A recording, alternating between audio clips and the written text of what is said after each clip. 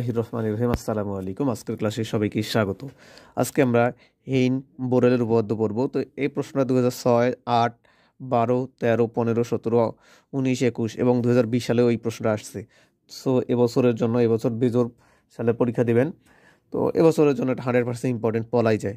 ঠিক আছে, তো এই পদ্ধতিটা হচ্ছে যে এটার নাম এটা হচ্ছে the close bounded inter interval is compact. অর্থাৎ এটা হচ্ছে যে আমাদের বাংলায় যেটাকে বলা হচ্ছে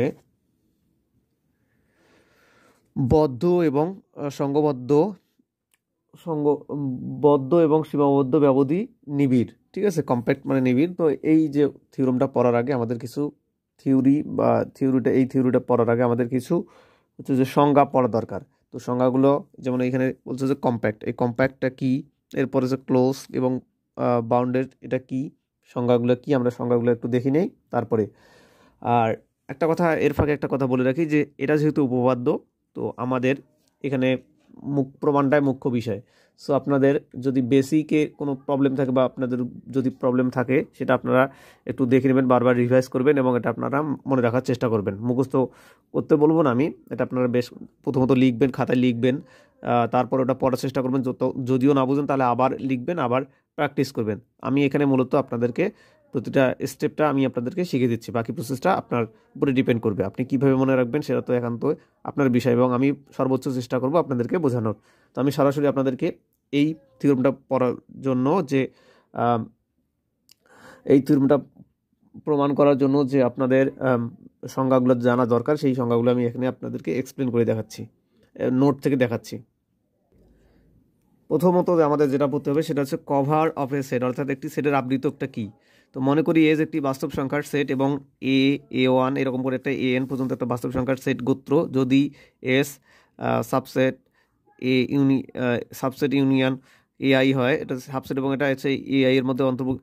আইতে বোঝা যাচ্ছে ইন্টিজার সংখ্যা, যেখানে আই এর শুরুর মানটা হচ্ছে যে 1 এবং শেষ মানটা হচ্ছে যে n পর্যন্ত। ঠিক আছে, আই এর মান বোঝাচ্ছে, তবে এটাকে একটি আবৃত সেট বলা হবে। তো এবং A1 A2 এরকম করে ANকে খোলা হলে খোলা আবৃতক এবং বদ্ধ হলে বদ্ধ আবৃতক বলে। তো আমি যদি একটু সহজ ভাষায় আপনাদেরকে দেখাই যে আমাদের এটা একটা সেট, ধরে নিলাম এটা একটা সেট, তো এর মধ্যে আর একটা সেট।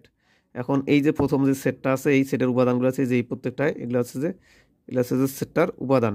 এই সেটটার উপাদান এইগুলোকে বলা হচ্ছে যে A1 A2, এগুলো হচ্ছে A1 A2 এবং এরকম করে এই প্রত্যেকটা সেট আছে যে এইগুলো, এবং ভিতরে যেগুলো সেট আছে এগুলো হচ্ছে যে ধরলাম যে A7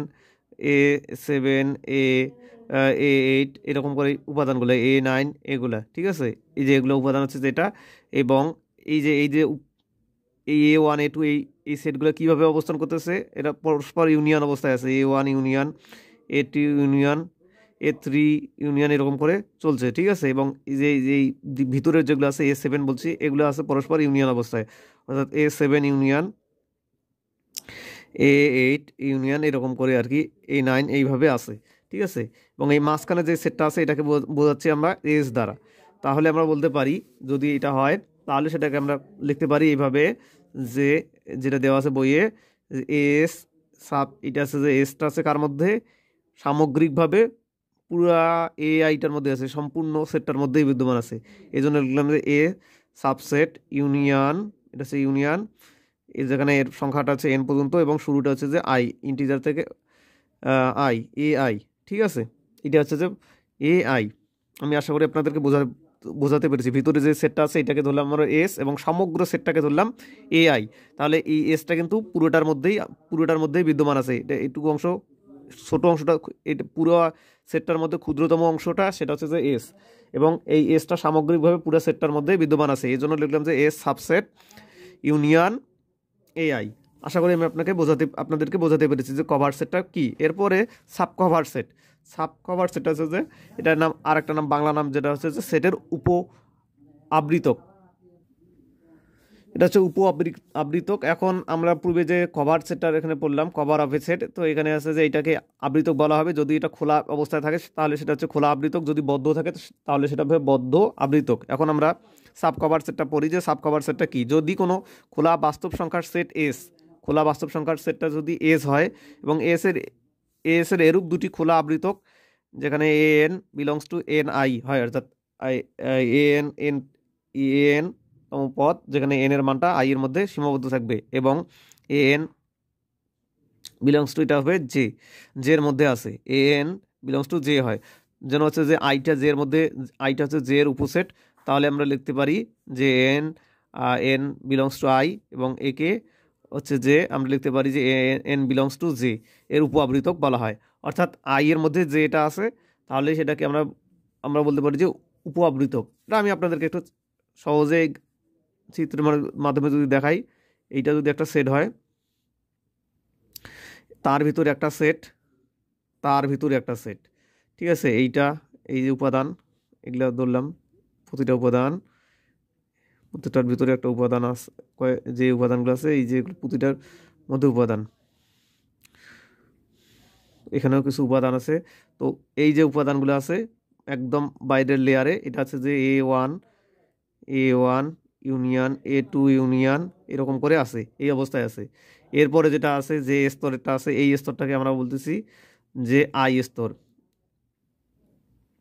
এটাকে বলতেছি আমরা আই।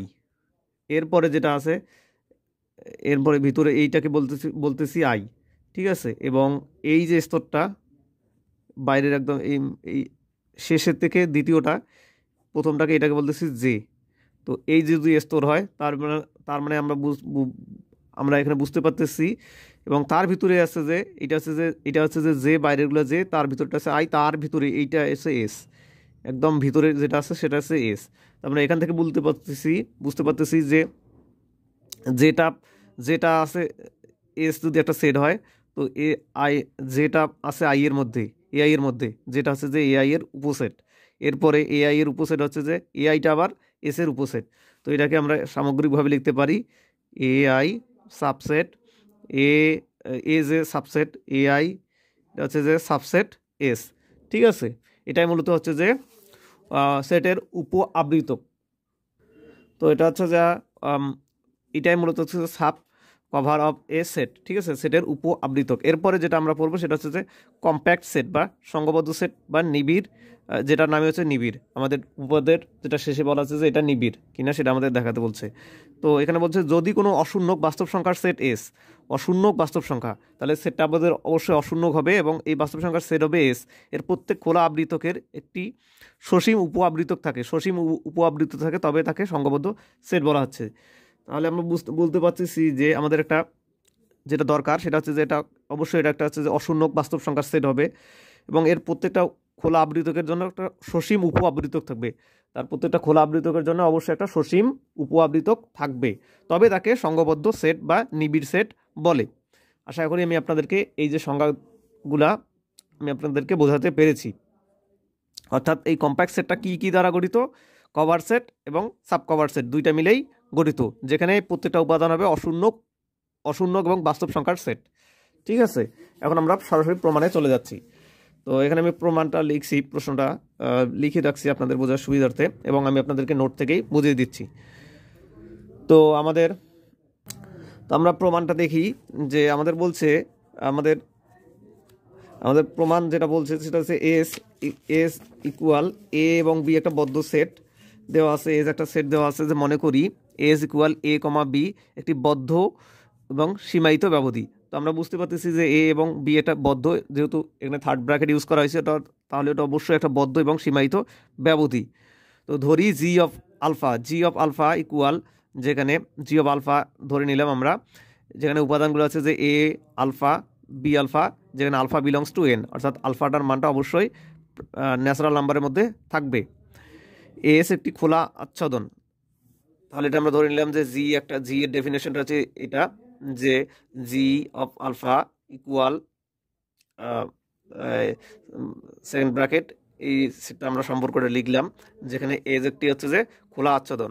তাহলে আমরা এই যে আলফার পরিবর্তে আমরা যেহেতু আলফা বিলংস টু এন, অর্থাৎ আলফাটা এনের মধ্যে আছে, এনটা হচ্ছে ন্যাচারাল নাম্বার স্বাভাবিক সংখ্যা, তাহলে আমরা লিখতে পারি যে A equal A one, B equal B one, এবং আই ইকুয়াল লিখতে পারবো যে আই একটা উপাদান ধরলাম, আই আই আই বলতে যে এ ওয়ান এবং বি ওয়ানকে আমরা সেট আকারে লিখলাম, আইকে আমরা লিখতে পারি যে I one equal A comma B, যেখানে এ দ্বারা বোঝাচ্ছে এ ওয়ান বি দ্বারা বোঝাচ্ছে বি1, যেহেতু আমরা ধরে নিয়েছি যে A=A1 B=B1। তো লিখি যেন I=S হয়, তো এইভাবে লিখি যেন হচ্ছে যে I=S হয়, কারণ আমরা শুরুতেই ধরে নিয়েছি যে S=A, B। ঠিক আছে, যেহেতু S=A, B, যেহেতু আমরা ধরে নিয়েছি যে S=A, B একটা সেট, এবং এখান থেকে আমরা যেটা দেখতে পাচ্ছি যে I1 ইকুয়াল আসতেছে A1 A, B, অর্থাৎ আমরা লিখতে পারি যে I=S। ঠিক আছে, এটা আমরা লিখলাম যে যেন লিখতে পারি, যেন লিখি যেন I=S হয়। তাহলে আমরা প্রমাণ করব যে I1 নিবিড়। ঠিক আছে, তাহলে আমরা আমাদের যেটা প্রমাণ করতে বলছে যে এটা একটা বদ্ধ এবং সীমায়িত ব্যবধি নিবিড়। তো বদ্ধ এবং সীমায়িত ব্যবধি নিবিড়। এখন যেটা প্রমাণ করব তার বিপরীতটা আমরা প্রমাণ করব। তো সম্ভব হলে ধরি যে I1 নিবিড় না, তাহলে আমরা যদি নিবিড় না হয় তাহলে ওটা অবশ্যই, যদি নিবিড় না হয় আমরা প্রমাণ করব যে এটা একটা নিবিড় না, I1টা নিবিড় না। তাহলে যদি নিবিড় না হয় তাহলে অবশ্যই এটা অবশ্যই জি এর কোনো সসীম উৎপাদন আচ্ছাদন থাকবে না। তাহলে আমরা লিখতে পারি যে I1 যেহেতু I1 এর মানটা এখানে আমরা বলে দিয়েছি I1 ইকুয়াল A1, B1। ঠিক আছে, তাহলে I1 ইকুয়াল A1, B1 কে দুটি সমান বদ্ধ ব্যবধি যেখানে এইভাবে বিভক্ত করি। ব্যবধিটা হচ্ছে A1, A1 প্লাস B1/2 এবং A1 প্লাস B1/2, B1। তো এটা কিভাবে আমি আপনাদেরকে দেখাচ্ছি একটা গ্রাফ সংখ্যা রেখার মাধ্যমে। তো এটা যদি আমাদের সেই ব্যবধি হয়, তো যেখানের প্রথম মানটা হচ্ছে যে এটা হচ্ছে যে A1 এবং এটা হচ্ছে যে B1। তো এদের মধ্যবিন্দু হচ্ছে যে এটাই মূলত হচ্ছে যে এইটা হচ্ছে মিডিল পয়েন্ট। তাহলে এটা হবে A1 প্লাস B1/2। তো এটা ডান পাশের জন্য A1 এর ক্ষেত্রে হবে, এই প্রথম উপাদানটার ক্ষেত্রে হবে যে এটা যখন নেব তখন A1 এর ক্ষেত্রে আসবে যে A1 প্লাস B1/2 এবং B1 এর ক্ষেত্রে আসবে যে A1 প্লাস B1/2, B1। ঠিক আছে, এটাকে বিভক্ত করবে, এই দুই পাশে বিভক্ত করবে। তো এই ব্যবধি সমূহের কমপক্ষে একটি খোলা আচ্ছাদন জি এর সসীম উপশ্রেণী দ্বারা আবৃত হবে না। ওই নির্দিষ্ট ব্যবধিকে আমরা যেহেতু আমাদের আবৃত হবে না, তাহলে ওই ব্যবধিটাকে আমরা I2 বিবেচনা করব, যেখানে I2 ইকুয়াল আছে যে A2 B2, এটুকু অংশকে আমরা বিবেচনা করতে পারি এই অংশটুকু, এই যেটা মিডিল পয়েন্ট। তো এই অংশটুকু আমরা যদি ধরি তাহলে এটা হচ্ছে যে এটা হচ্ছে A2, এটা হচ্ছে যে B2, এই অংশটুকু। তাহলে এদের মধ্যবর্তী অংশ কোনটা হবে? এদের মধ্যবর্তী অংশ হবে A2 প্লাস B2/2। ঠিক আছে, ঠিক পূর্বেরটার মতো। তাহলে A1 এর এখানে আসবে A2 প্লাস B2/2, এটা একটা উপাদান। এরপর আরেকটা আসবে A2 প্লাস B2/2, B2। ঠিক আছে, তো এইটা দুই ভাগে বিভক্ত হবে, সেটাই আমরা লিখছি যে I2 ইকুয়াল A2, B2 কে দুটি সমান বদ্ধ ব্যবধি যথাক্রমে A2 প্লাস B2/2 এবং A2 প্লাস B2/2, B2 এ বিভক্ত করি পূর্বের মতো। তাহলে এভাবে যদি আমরা অগ্রসর হই পূর্বের মতো, উপরের ব্যবধি দুটির একটি খোলা আচ্ছাদন জি এর একটি সসীম উপশ্রেণী দ্বারা আবৃত হবে না। এই যে আমরা এখানে লিখছি যে সসীম উপশ্রেণী দ্বারা আবৃত হবে না, অর্থাৎ পূর্বেরটার মতো, এই জন্য আমরা মেনশন করে দিলাম। ওই নির্দিষ্ট ব্যবধিকে আমরা I3 ইকুয়াল A3 B3 বলবো, অর্থাৎ এটাও আবার ওই সসীম উপশ্রেণী দ্বারা আবৃত হবে না। তাহলে এই অংশটুকু এবার আসবে এই অংশটুকু আমরা তাহলে বিবেচনা করব I3 I3 ইকুয়াল লিখতে পারবো তাহলে A3, B3, এই অংশটুকু আমরা লিখতে পারবো। তাহলে A3 থেকে হচ্ছে যে B3 হবে এইটুকু, তার মধ্যবর্তী অংশটুকু হবে আবার, তাহলে লিখতে পারবো যে A3 প্লাস B3/2। ঠিক আছে, অনুরূপভাবে এটা আবার আচ্ছাদিত হবে না। তো এটা আমরা লিখলাম যে আমরা বলবো এটা। এখন আমরা অপোজিট পেজে যদি যাই, যে আমরা লিখতে পারি যে এই পদ্ধতি যেহেতু আমরা I3 পাবো, এরপরে আসবে I4 এর ক্ষেত্রে আসবে A4, B4, এরকম করে দেখতে পাচ্ছি যে এটা চলতেইছে, কন্টিনিউয়াস আছে। তো এই জন্য আমরা লিখলাম যে এই পদ্ধতি অনবরত চালিয়ে আমরা একটি নেস্টেড বদ্ধ ব্যবধি অনুক্রম, এইভাবে যদি আমরা চালে যাই তাহলে একটা একটা হচ্ছে বদ্ধ ব্যবধি নেস্টেড অর্থাৎ লুপ আকারে পাচ্ছি, ঠিক আছে। অর্থাৎ একটার প্রথমে পাইছি I3, প্রথমে পাইছি I1, এরপরে হচ্ছে I2, এরকম করে I3, এরকম করে অগ্রসর হতেইছি, ঠিক আছে। I4, এরকম করে আমরা দেখতে পাচ্ছি যে এটা পরস্পর অগ্রসর হচ্ছেই। তাহলে এটাকে আমরা লিখতে পারি I1 থেকে পর্যায়ক্রমে এটা কমতেছে। তো পর্যায়ক্রমে বলতে কি I1 থেকে I2, এটা আছে I2টা হবে I1 এর উপসেট, এরপরে I3টা হবে I2 এর উপসেট, আবার I2টা আবার I1 এর উপসেট, এরকম করে বৃদ্ধি এইভাবে চলতে থাকবে। তো অনুক্রম এইভাবে পাবো যেন তা উহার প্রত্যেক ব্যবধি। তো এই ব্যবধিটা চলবে কতক্ষণ পর্যন্ত? আই পর্যন্ত, যেখানে আই দ্বারা বোঝাচ্ছে কি ইন্টিজার নাম্বার অর্থাৎ পূর্ণ সংখ্যা, যেখানে শুরুটা হচ্ছে যে 1 থেকে এবং শেষটা হচ্ছে যে n পর্যন্ত, I=n, ঠিক আছে।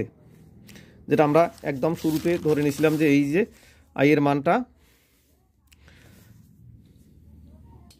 একদম শুরুতে আমরা I1 এর মান ধরেছি। এরপরে এটা আমাদের যেহেতু একটা সেটের আবৃতক হবে, তাহলে এখানে আমরা যেহেতু আই এর মানটা আমরা এখানে একটি সেটের আবৃতকের ক্ষেত্রে আমরা আই এর মানটা 1 এবং শেষ পর্যন্ত n ধরেছি। তো এই জন্য আমরা মূলত এটা লিখলাম যে প্রত্যেক ব্যবধি I1 জি এর একটি সসীম উপশ্রেণী দ্বারা আবৃত হয় না। তো এটা আমরা বুঝতে পারতেছি যে n-তম পদ পর্যন্ত গেলে এটা আই এর মানটা যদি n-তম পদ পর্যন্তও যায় তবু সেটা হচ্ছে যে সসীম উপশ্রেণী দ্বারা আবৃত হবে না, ঠিক আছে। তাহলে কিন্তু এটা হচ্ছে যে এটা আবৃত হবে না, কিন্তু I n ব্যবধির দৈর্ঘ্য, এই যে ব্যবধিটা হবে এই যে আমরা প্রথমত এই ব্যবধি থেকে পর্যায়ক্রমে n-তম পদ পর্যন্ত যদি যাই, তাহলে ব্যবধিটার দৈর্ঘ্য হবে b-a/2